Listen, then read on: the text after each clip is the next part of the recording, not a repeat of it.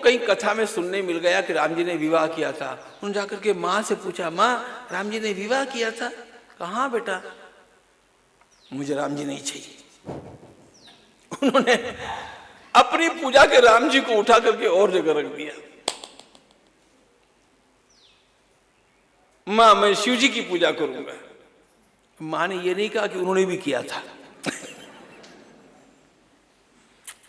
छोटे बच्चों को उतना ही बतलाना चाहिए। हम लोग भी ऐसा ही करते हैं, सबको सब बातें थोड़ी बतलाते हैं। अधिकारी भेदात छात्र भेदा, जिसका जैसा अधिकार है वैसा उतना ही शास्त्र उसको बतलाना चाहिए।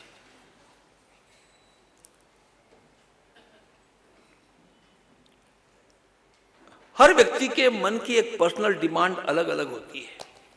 मुझे अंग्रेजी का एक वाक्य बहुत प्रिय है, religion is as personal as a toothbrush. समझाया तत्व। उसके पश्चात भगवान शिव जी की कृपा से पुनः यज्ञ का आरंभ किया गया और अब यज्ञ अत्यंत उत्साह के साथ संपन्न हुआ।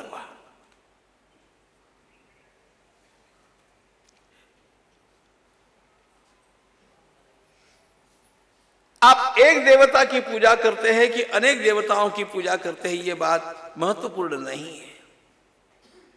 आप किसी भी रूप का विरोध नहीं करेंगे, यह बात महत्वपूर्ण है।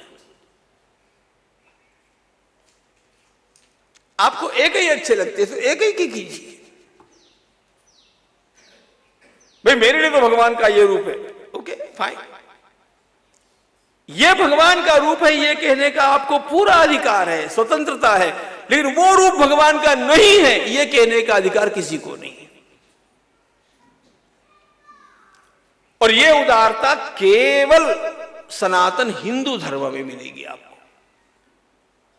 संसार में अन्यत्र कहीं पर भी आपको मिले तो मुझे बताना। इतना उदार अन्य कोई धर्म विचार नहीं। इसीलिए तो इसी विचार के कारण तो स्वामी विवेकानंद के सामने सबको हतप्रभ होना पड़ा। और स्वामी जी ने यह भी कहा कि यह विचार मेरा नहीं है, मेरे देश का बच्चा बच्चा जानता है, आप लोगों को नया लगता है। उनके द्वारा शिकागो में जो उद्धरण दिया गया था वो महिम्न स्तोत्र का है। रुचिनाम वैचित्र्यात् रुजुकुटिल नाना पथजुषाम नृणामेको गम्यः त्वमसि पयसामर्णव इव। भिन्न भिन्न रुचियों के कारण भिन्न भिन्न प्रकार से की जाने वाली उपासना एक ही परम तत्व तक ले जाती है। ये बात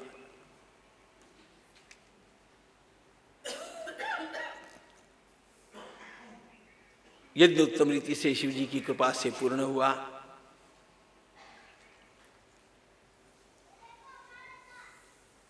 दक्ष को भी यह स्वतंत्रता थी कि वह उसके मन के अनुसार कोई भी आराधना कर सकता था। हमारे मन में नेगेटिव थॉट नहीं होना चाहिए। यह नेगेटिविटी किसी को भी गिराएगी। यह दक्ष के अंदर थी।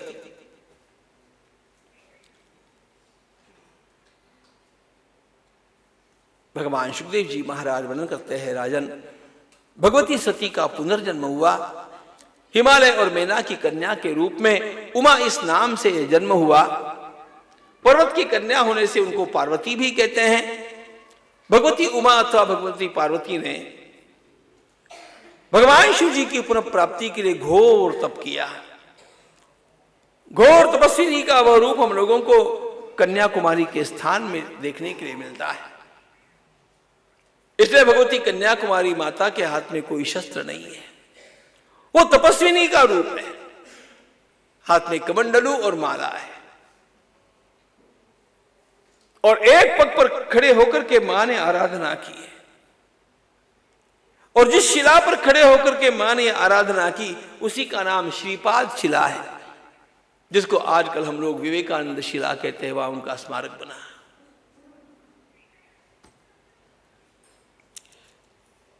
भगवान सुखदेव जी महाराज वर्णन करते हैं, राजन,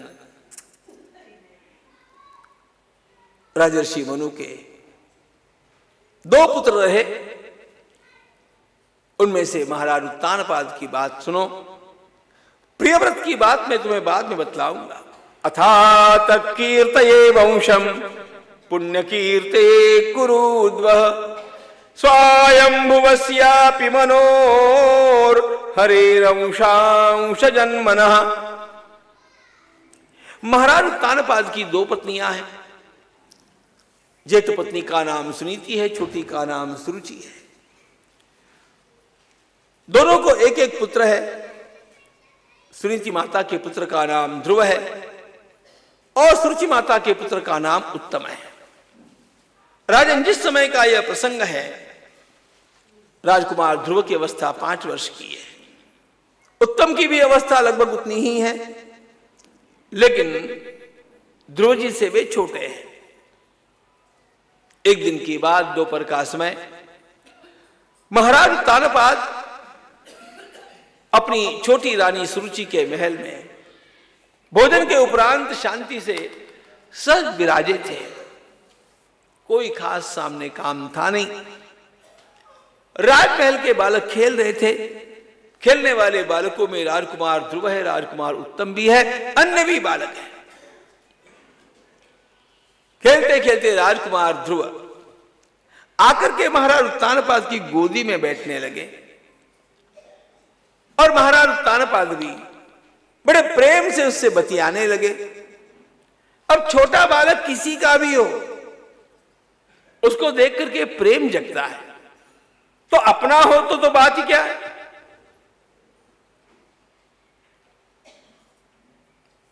पांच वर्ष के छोटे से राजकुमार ध्रुव महाराज की गोदी में बैठ रहे हैं और महाराज प्रेम से उनसे बतिया रहे हैं।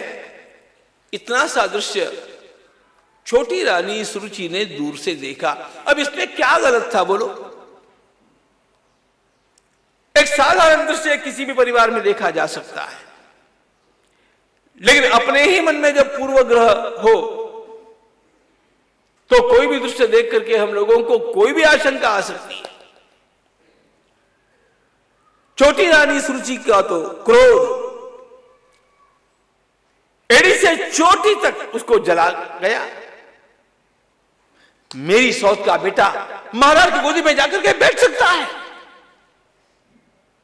वो तो अपने को रोक नहीं पाई, जल भुन गई।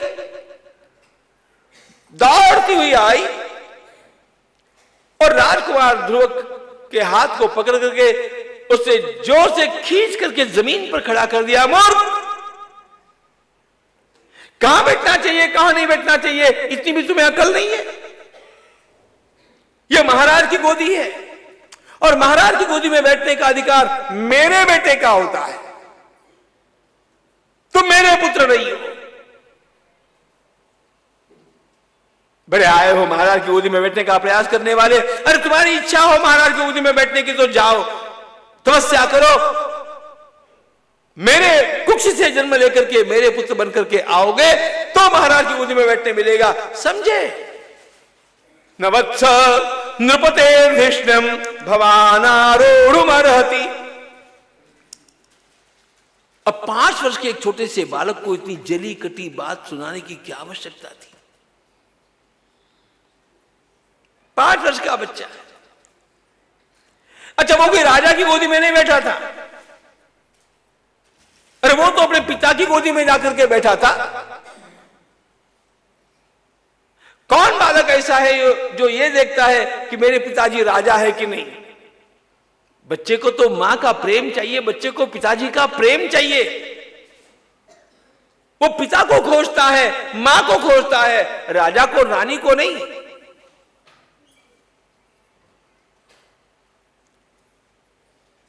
यह सब बतलाने की, बोलने की आवश्यकता नहीं थी, लेकिन इसी का नाम है स्त्री बुद्धि, लुगायारी बुद्धि।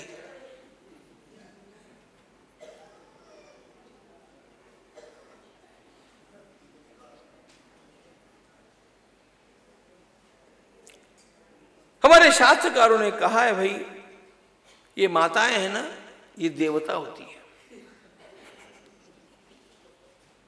हाँ,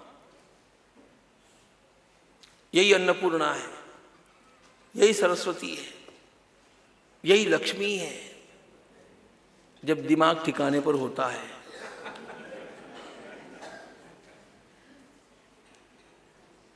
और जब वो फिरता है तब क्या क्या होती है बतलाने की हिम्मत नहीं है, क्योंकि और 4 दिन आप लोगों के साथ काटने हैं।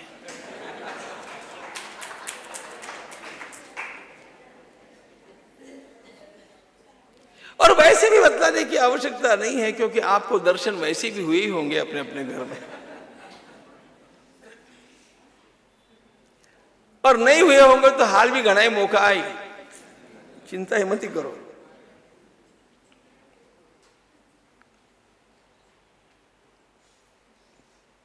कितनी जली कटी बात, परिणाम क्या हुआ?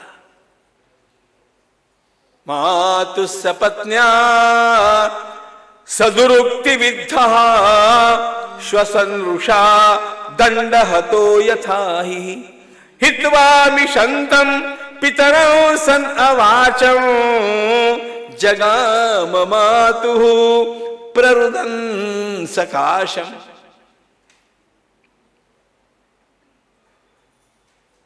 राजकुमार ध्रुव को पता नहीं था कि ऐसा कुछ एकाएक हो जाएगा।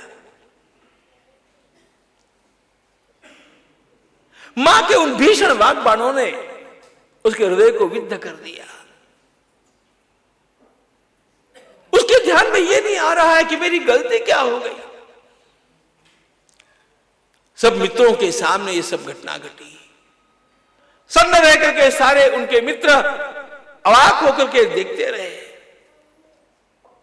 अब क्या होगा। ध्रुव जी के मित्रों को पता है कि ध्रुव इन बातों को सह नहीं सकते। आशा भरे नेत्रों से ध्रुव ने अपने पिताजी की ओर देखा, लेकिन अपनी पत्नी से बहुत अधिक डरने वाला वो गैर जिम्मेदार बाप अपने बेटे की आंख से आंख नहीं मिला पाया। ध्रुव की आंख में एक ही याचना थी, पिताजी मेरे मित्रों के सामने मेरा अपमान किया गया, एक बार फिर से मुझे अपनी गोदी पे बैठा लीजिए। मेरे अंतःकरण के दाह को शांत करने का यही उपाय है। मुख से नहीं बोले ध्रुव, लेकिन उनके नेत्रों की आशा यही कहती थी।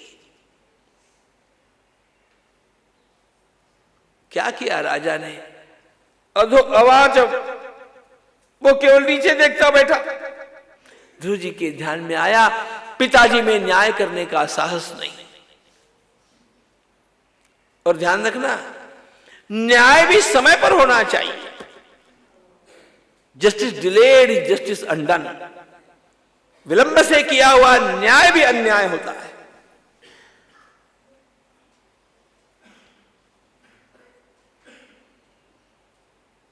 जिससे आशा की जा सकती है वो पिताजी ही कुछ नहीं बोल रहे।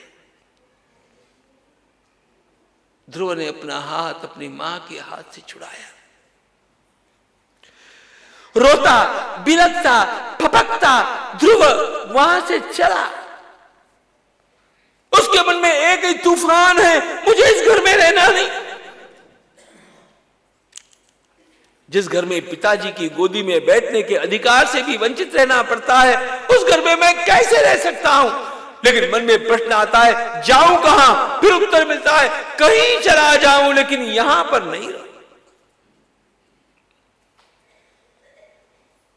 दुर्दैव की बात यह थी, प्ररुदन शब्द है सुखदेव जी महाराज का, वो फपक फपक करके रो रहा था। जीवन में एक बात ध्यान रखना, रोने वाला कोई भी है, आपकी पहचान का है अथवा नहीं भी है, उसके पास जाकर के उसको पूछो, भैया क्या हो गया रे? इतनी तो सेवा करो। अरे रोने वाले को कोई पूछने वाला चाहिए। यहां तो बाप और मां ही नहीं पूछ रहे।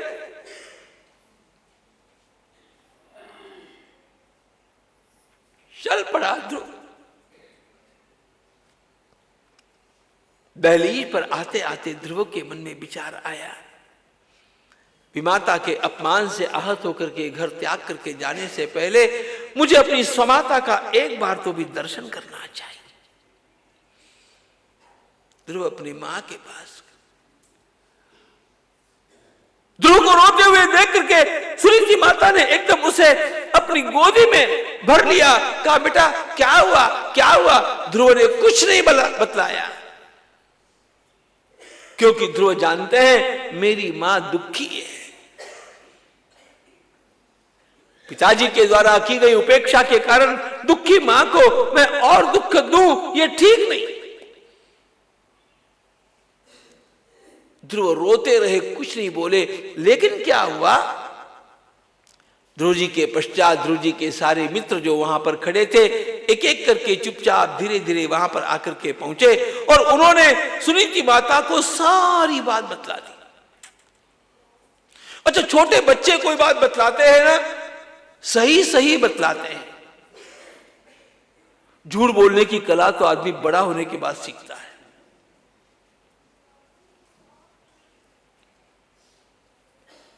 दौड़ती हुई मां आई, ऐसे पकड़ा, ऐसे खींचा, ऐसे बोली, ये सब बच्चों ने बता दिया। उन सारी बातों को सुनकर के सुनीति माता के धीरज का बांध टूट गया, वो रोने लग गई। सोत्सृज्य धैर्यम विललाप शोक दावाग्निना दावलते बाला। जैसे आग से कोई कोमल लता झुलस जाए, वैसे उसके अंतःकरण की अवस्था हो गई।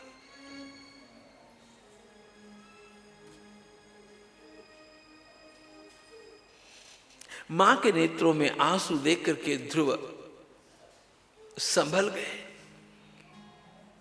ध्रुव ने कहा, मां तुम रो नहीं, मां मुझे खाली इतना बता दो, मेरी गलती क्या हुई? मां तुमने कहा अच्छे बच्चे बनना, मां पिताजी की गोदी में बैठना बुरी बात थी, मेरी गलती क्या हुई? छोटे बच्चे भी अपनी बात के लिए अड़ते हैं, लड़ते हैं।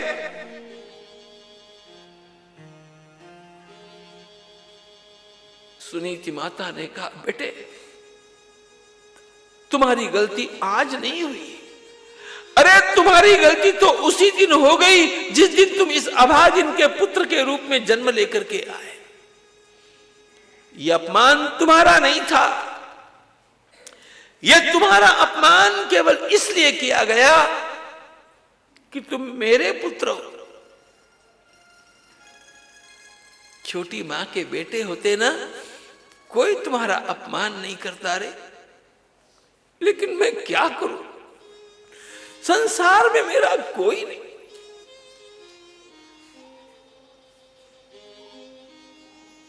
पांच वर्ष के छोटे से ध्रुव ने मां के आंसुओं को पोंछते हुए कहा, मां आप ऐसा मत बोलो कि अपना कोई नहीं। मां परसों हम कथा सुन रहे थे, उस कथा में हमने सुना था ना, जिनका कोई नहीं होता है उनके श्री भगवान हुआ करते हैं।